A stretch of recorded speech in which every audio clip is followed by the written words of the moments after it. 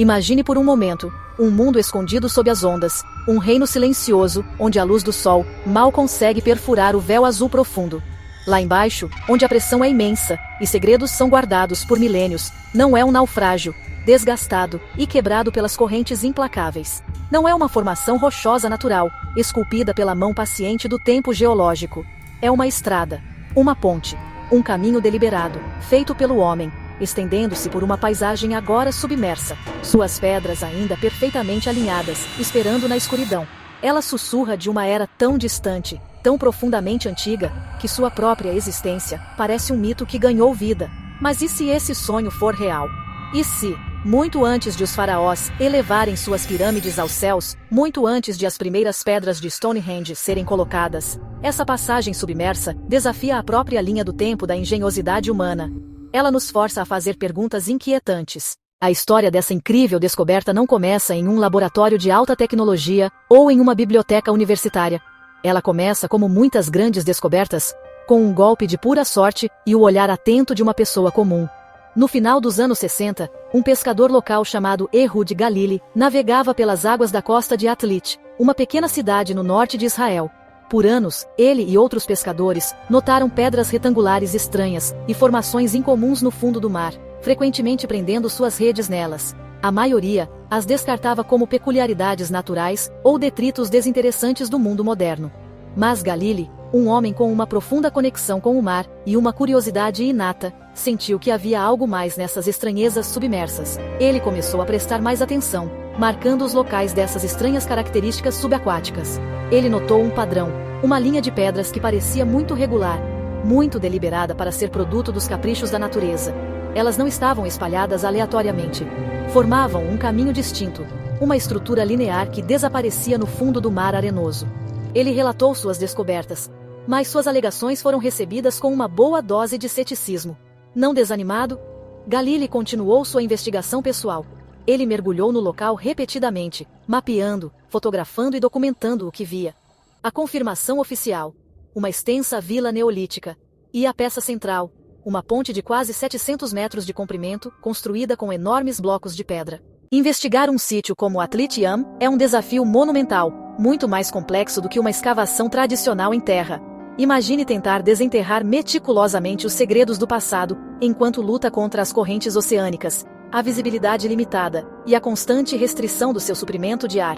Cada movimento deve ser deliberado, cada ação cuidadosamente planejada. Os arqueólogos que trabalham nesta ponte submersa não são apenas cientistas. São mergulhadores técnicos altamente qualificados, operando em um ambiente inerentemente hostil à vida humana. Eles não podem simplesmente varrer a sujeira. Devem usar dragas especializadas para remover suavemente séculos de areia e sedimentos acumulados, sem perturbar os frágeis artefatos abaixo. A pressão, os tempos de mergulho limitados, forçando a pesquisa a ser conduzida em explosões curtas e intensas.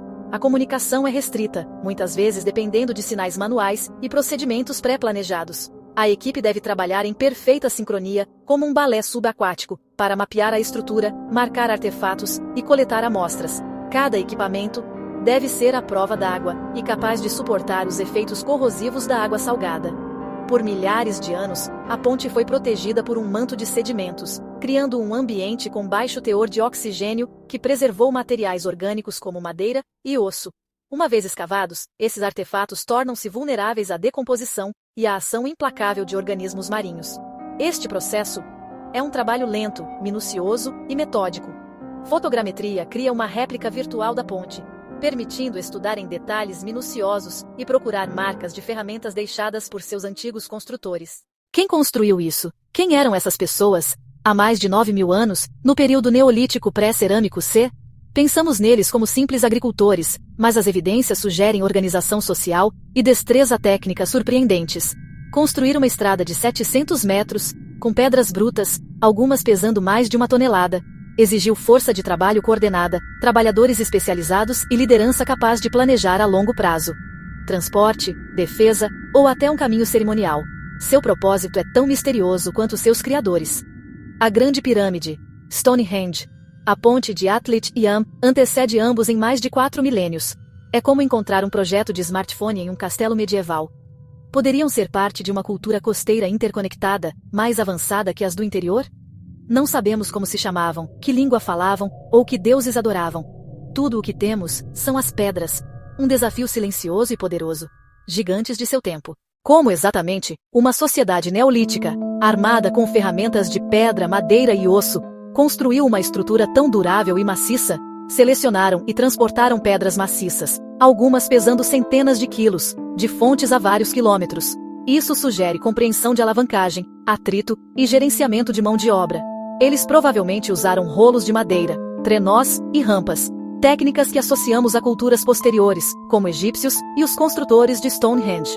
As pedras foram colocadas para criar uma superfície estável e plana, com aproximadamente 2 metros de largura. Possivelmente colocaram fundação de pedras menores e cascalho, para evitar que as maiores afundassem na lama. A ponte cruzava a área pantanosa ou enseada rasa, exigindo entender hidrologia local, marés sazonais e o fundo do mar. Eles trabalhavam em harmonia com o ambiente, usando conhecimento profundo da natureza. Esse nível de consciência ecológica e engenharia adaptativa lembra: primitivo não significa não sofisticado. Devemos reimaginar suas capacidades. Eram mestres de seus materiais. Alcançaram resultados incríveis com força de trabalho, técnicas inteligentes e conhecimento multigeracional. A ponte é um livro didático de conhecimento perdido. A descoberta de Atlit Yam não é um incidente isolado. É parte de uma crescente biblioteca de história submersa. Na Grécia, Pavlopetri, cidade da Idade do Bronze, com ruas, edifícios e pátios mapeados em detalhes impressionantes. No Mar Báltico, Blabaer, um assentamento de 9.000 anos, com artefatos orgânicos preservados, armadilhas de pesca e até um remo decorado. No Golfo de Kambat, sonar revelou estruturas geométricas profundas, achado controverso, ainda sob investigação. O fim da última idade do gelo elevou os mares em mais de 120 metros, afogando paisagens inteiras. Atlit Yam, Pavlopetri e o Báltico não são mitos como Atlântida. São o registro arqueológico muito real dessa grande inundação, pátrias perdidas de nossos ancestrais. O que uma ponte submersa de 9.000 anos de idade realmente significa para nós, aqui em 2025? Significa que a história da humanidade está longe de ser completa. Capítulos inteiros, ainda não escritos, esperando por nós, nos cantos mais inacessíveis do planeta. As pedras dessa passagem desmantelam noções preconcebidas, elevando nossos ancestrais de simples habitantes de cavernas a engenheiros sofisticados. Essa ponte de pedra conecta nosso mundo de ciência a um passado envolto em mistério, acendendo o desejo de explorar e entender. Talvez a história seja mais cíclica do que linear. Memórias culturais de grandes inundações que afogaram lugares como Atlit Yam. Em última análise, resiliência, engenhosidade e a busca incansável do conhecimento.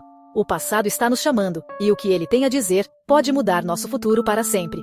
Inscreva-se aqui no canal Grid Digital, curta o vídeo e compartilhe com amigos que amam curiosidades e tecnologia. Deixe seu comentário que iremos ler e lhe responder.